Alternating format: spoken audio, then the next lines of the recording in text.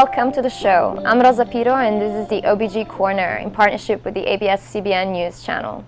Today we will look into the real estate sector in the Philippines, and here with us today is Eric Manuel, Vice President at Daiichi Properties, a leading developer of commercial and industrial real estate properties. Daiichi has designed and developed 7 buildings in Ortigas and Bonifacio Global City and 1 industrial park in Cavite. They've also recently opened their latest project, One Workplace in Bonifacio Global City. Thank you for being with us today, Eric. And let us start with an overview of the outlook for the industry in the coming years. So specifically, what is the demand in residential, commercial, or mixed-use projects? But also, what advantages does mixed-use offer versus residential alone? Thank you, Rosa. Well, as we all know, the Philippine economy has been growing quite steadily over the past 5 years, one of the top fast-performing countries in the world. And of course, real estate sector has rode along with this. And so one of the drivers really for the growth of real estate and the long-term optimistic outlook is, for example, urbanization rates.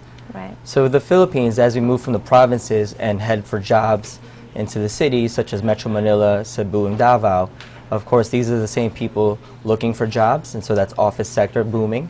And of course, we've seen that in the BPO sector. And they also need to look for housing, so that's the residential sector. And of course, with this hard-earned money, where do they go? Of course, they go to the malls as well to continue shopping.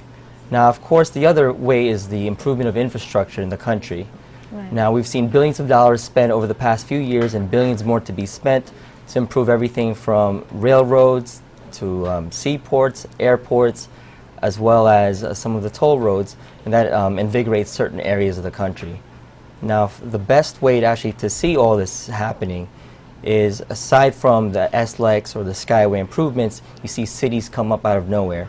Now, some of these cities, of course, the mixed-use concept is quite important. It's very hard to find big pieces of raw land in areas, for example, in BGC or Makati. But in order to continue building this retail, residential, and office kind of component, you need to build vertically. And so the benefits for a developer actually is good for diversification, as well as a multiplier effect.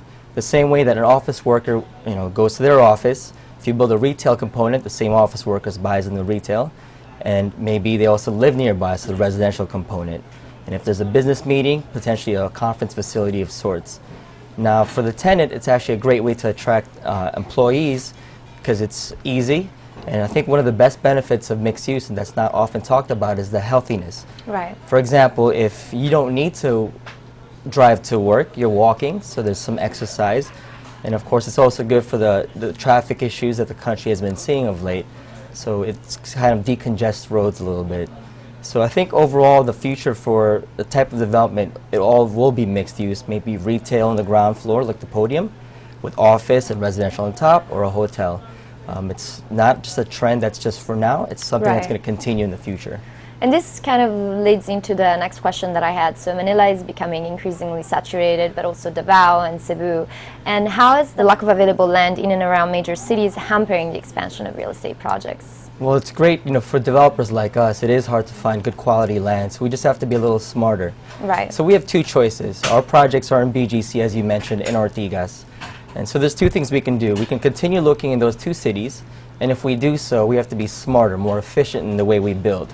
And that's back to the whole mixed use and building vertically. That's one way. The other way is redevelopment. So there's existing old buildings. Now, Makati has been around since the 60s, and there are some old buildings along Ayala Avenue, Makati Avenue, in villages like Salcedo, like Legazpi Village. And some of them are actually underutilized, meaning you could build a higher floor area, for example.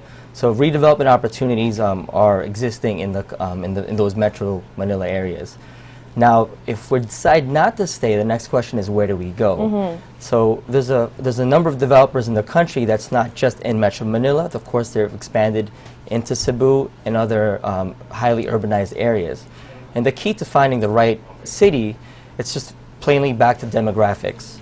Something that we all know, the long-term outlook for the Philippines is really, for real estate, is really based on demographics. Okay.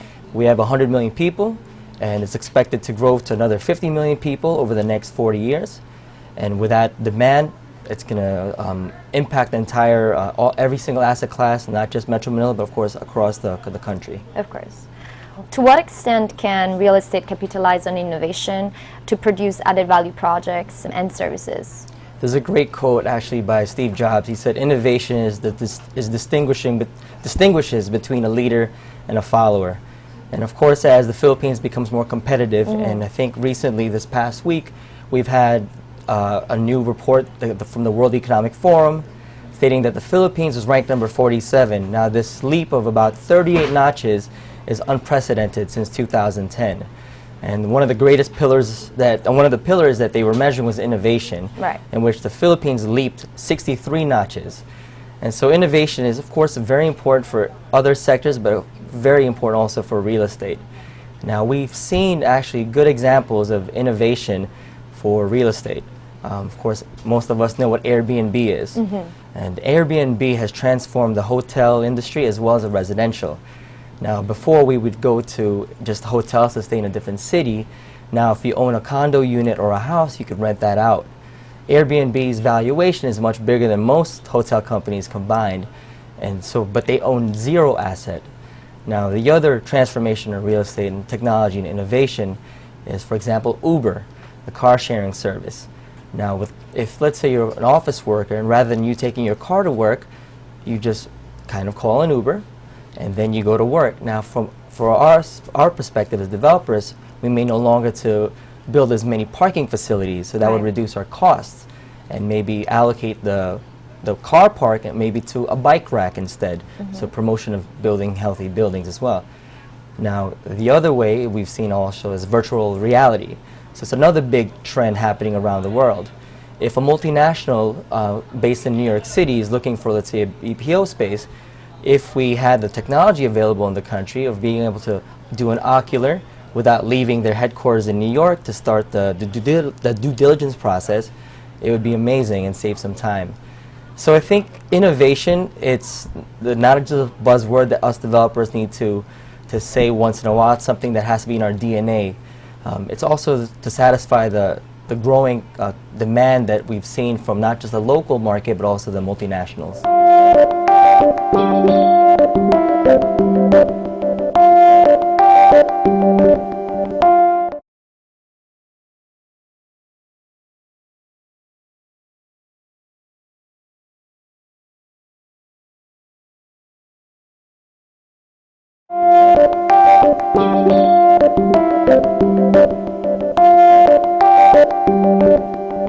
I want to go a little bit deeper into what is really your bread and butter. Aichi has 60% of its portfolio which is LEED certified. Correct. So I wanted to ask you, in what ways can increased participation of developers in LEED and Verde catalyze the development of environmentally friendly real estate properties, and also what are the major drivers for growth behind green building?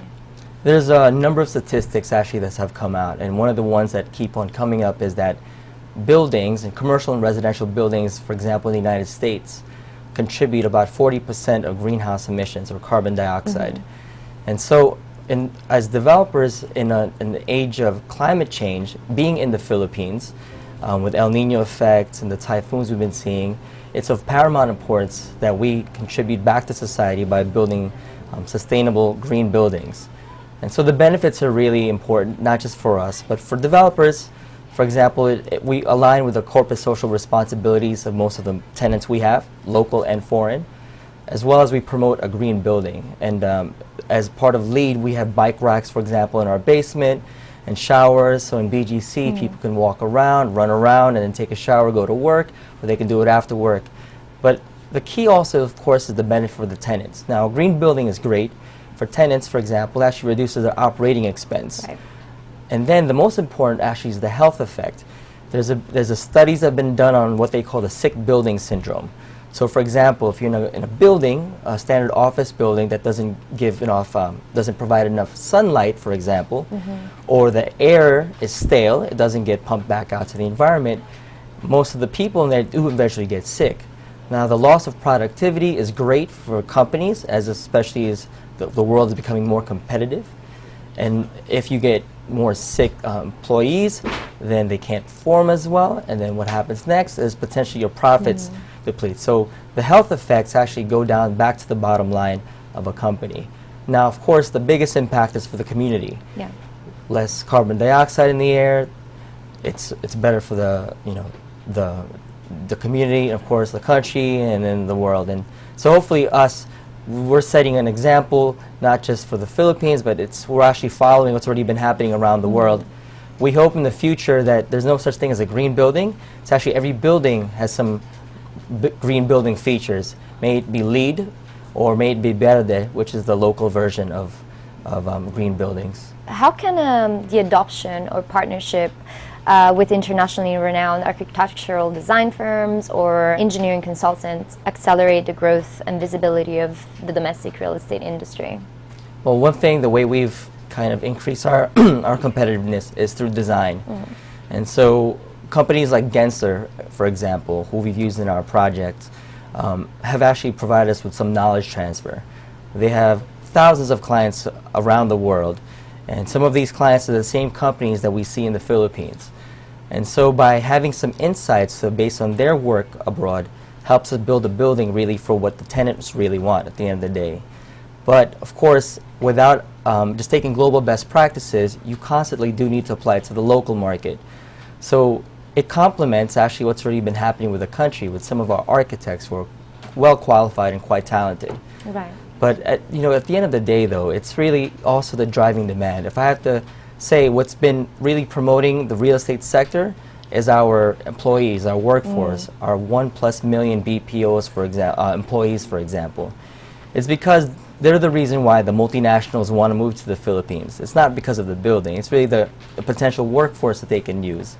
And because of this expansion of these multinational firms, as well as the local, we have to satisfy their demand so we can build these structures. And design is just one piece. Of course, you have to be still efficient, good elevators, it has to be good ceiling heights, good floor plates, it has to be efficient, the right amenities, but it's all together. So I do believe, though, that having an international partner like Gensler is good, but at the end of the day, that's the facade, but you have to also design the inside. Okay. And one of the most common questions in the real estate industry here in the Philippines is on the construction or real estate boom. What factors have caused property prices to increase in recent years, and to what extent is the ongoing price rise sustainable? Well, the thing about prices, so basic economics 101 is it's a matter of supply and demand. And so there's been a surge of demand, as I've mentioned.